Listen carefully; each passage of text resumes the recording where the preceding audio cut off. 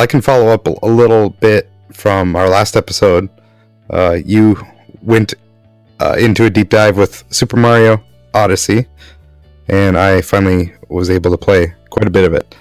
I hit the credits, and kind of working on the post-game aspect of that game.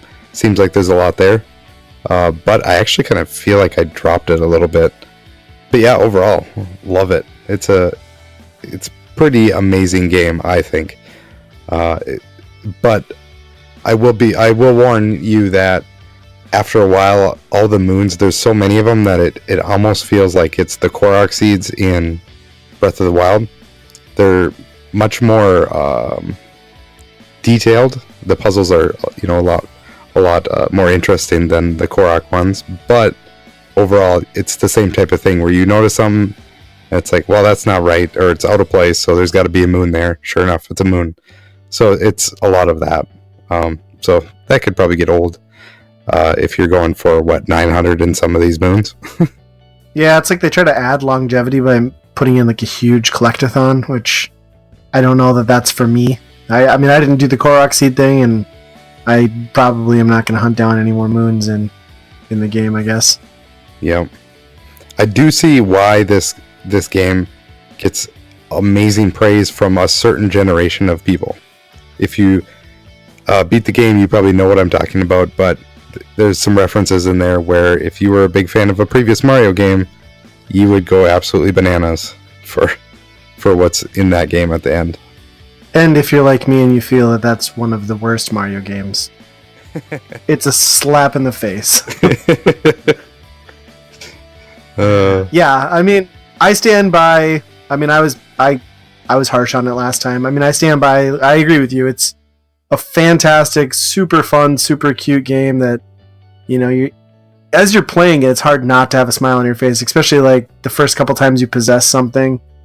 But it did not connect with me in the way that it seems to have with the majority of the people out there. I mean, I like it a lot, but I'm done with it, I guess. And I didn't play too much past the ending credits. I mean, here or there, I'll put it in and like collect a moon, but it's mostly just for my kids to enjoy now. Yeah, I think I'm in the same spot as you, for sure. I don't think I'm going to get to that next area. It's just too many moons away.